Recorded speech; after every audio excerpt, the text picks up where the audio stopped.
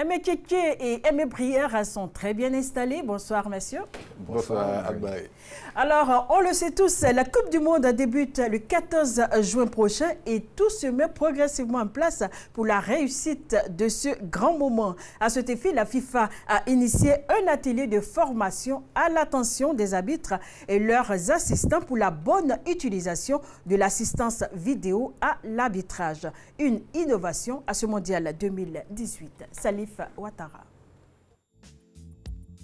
Des assistants vidéographes, plusieurs techniciens de visionnage, un opérateur de saisie. C'est la nouvelle armada mise en place par la FIFA afin que chaque match soit clean. L'assistance vidéo à l'arbitrage sera sa première expérience en Russie. 36 arbitres et 63 assistants choisis pour aller en Russie ont été réunis à Coverciano en Italie pour s'adapter à ces nouveaux outils de travail. La formation est technique, théorique et athlétique. Des ateliers de travail sur la VAR qui constituent la grande innovation et les espoirs de la FIFA afin que la compétition se déroule sans aucun litige arbitral. Pour chaque match, les rôles seront donc distincts. L'assistant vidéo numéro 1 est chargé de suivre le direct pendant qu'il y a une vérification. L'assistant vidéo numéro 2 s'occupe spécifiquement du hors-jeu pour lequel 2 caméras spéciales seront ajoutées sur les terrains de la Coupe du Monde. Un troisième assistant vidéo est de son côté chargé d'épauler la VAR principale, de se concentrer sur le respect du protocole et d'assurer une bonne communication entre toute l'équipe. En plus de ces officiels, la salle d'opération vidéo sera équipée de 4 techniciens chargés des écrans et des angles de caméra. Enfin, un représentant de la FIFA sera présent, équipé d'une tablette qui lui permettra de communiquer aux diffuseurs et sur les écrans géants des stades les décisions prises par les arbitres. Le recours à l'assistance vidéo à l'arbitrage a été adopté en mars 2018. Une révolution technologique que la FIFA compte rentabiliser en enterrant une bonne fois pour toutes les idées de corruption ou de trucage lors de grandes compétitions.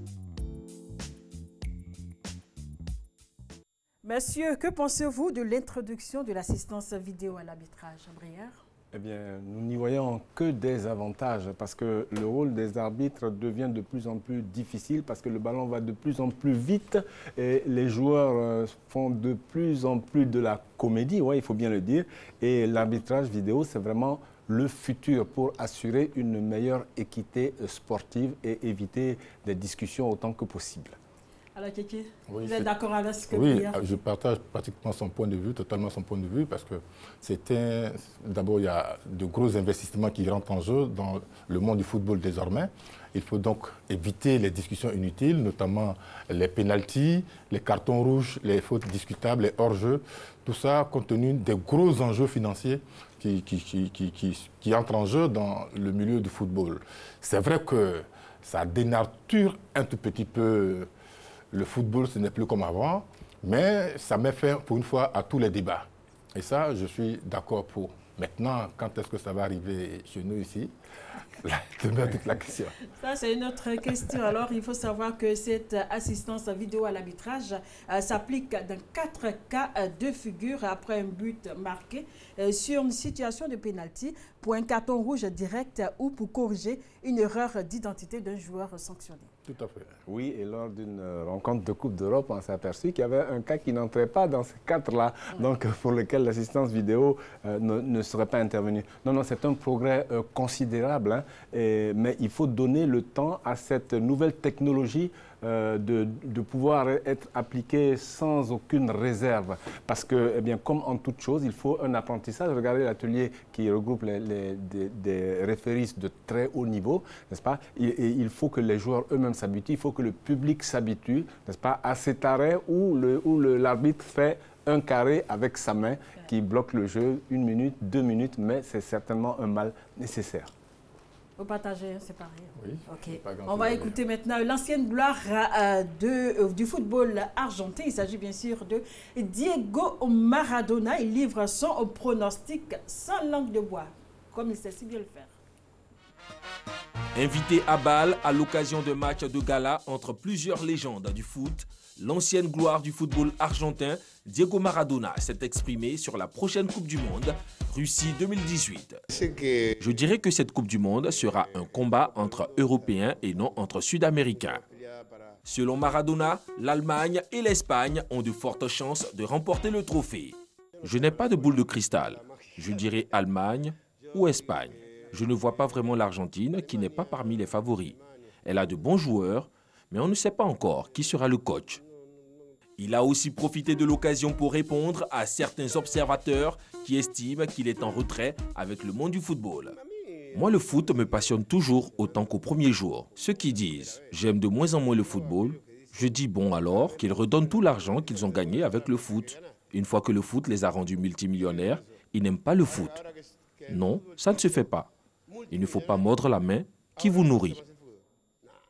Âgé aujourd'hui de 59 ans, Diego Maradona, pour rappel, a remporté la Coupe du Monde 1986 au Mexique avec l'Argentine en s'imposant 3-2 devant la République fédérale d'Allemagne de Rummenigge et Rudi Völler.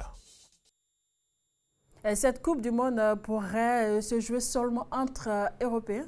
Alors, il faut savoir que Diego Maradona a volontairement omis de parler des chances de l'Argentine. Je pense qu'au fond de lui, il espère que cette équipe ira le plus loin, même si ça porterait un peu d'ombre à l'aura qu'il a toujours gardée auprès des footballeurs argentins, si Messi d'aventure venait à remporter le trophée. Et puis, il a surtout oublié le grand rival de l'Argentine dans le continent sud-américain, c'est le Brésil. Maintenant, il faut savoir que dans toutes les compétitions, il y a des outsiders, il y a des équipes surprises. Et ma foi, il n'en a cité aucune. Il a fait de façon volontaire. Oui, mais s'il avait été entraîneur, moi j'aurais parlé d'intox. Voilà, j'aurais parlé d'intox. Il sait très bien que ça se déroule toujours, les finales se jouent toujours entre Européens et Américains. Les Brésiliens sont toujours dans le dernier carré, tout comme les Argentins qui arrivent toujours en quart de finale ou même en demi-finale. Donc voilà, franchement, ils cachent le jeu. D'accord. Parmi les stades retenus pour cette Coupe du Monde en Russie, il y a ceux de Kaliningrad et Ekaterinbourg. Présentation de ces deux stades. Kaliningrad, partie la plus occidentale de Russie, est située dans une enclave totalement isolée du reste du territoire, coincée entre la Pologne et la Lituanie. Königsberg, l'ancien nom de Kaliningrad, ne tomba sous le contrôle de Moscou qu'après la fin de la Seconde Guerre mondiale. La capacité du stade de Kaliningrad est de 35 000 places. L'infrastructure la plus à l'est de la Russie se trouve à 1500 km de Moscou, près des montagnes de l'Oural, dans la ville qui fut le théâtre de l'assassinat de la dernière famille impériale russe. Stade le plus éloigné de Moscou, l'Ekaterinbourg Arena abrite l'un des plus anciens clubs de football du pays, le FC Oural. Construit dans les années 50, le chef-d'œuvre architectural a subi un important lifting tout en conservant sa façade historique. Un toit et des tribunes temporaires seront installés pour le mondial. Sa capacité pour la Coupe du Monde sera de 35 000 places. Alors en tout cas, on va assister, sinon on va voir de très belles infrastructures lors de cette Coupe du Monde, notamment les deux stades que nous avons vus. Oui, nous avançons doucement vers la date du 14 juin avec l'ouverture de cette Coupe du Monde au stade Luzhniki. Et nous découvrons de plus en plus que les Russes sont prêts pour l'événement, un événement qui engage le prestige de la nation, parce qu'il faut le dire, le défi pour les Russes sera un défi organisationnel. Sur le plan sportif, ils sont bien en retrait. Ça fait déjà le 4e stade que vous nous montrez de la JDS. Yeah. Ça veut dire que l'organisation d'une compétition de telle envergure a ses avantages. Regardez les infrastructures qui sont rénovées, créées aujourd'hui par les autorités russes. C'est de bon augure pour la suite, après la compétition, après la Coupe du Monde. Ce sont des choses qui restent pour la jeunesse russe. Nous allons parler maintenant du débrief.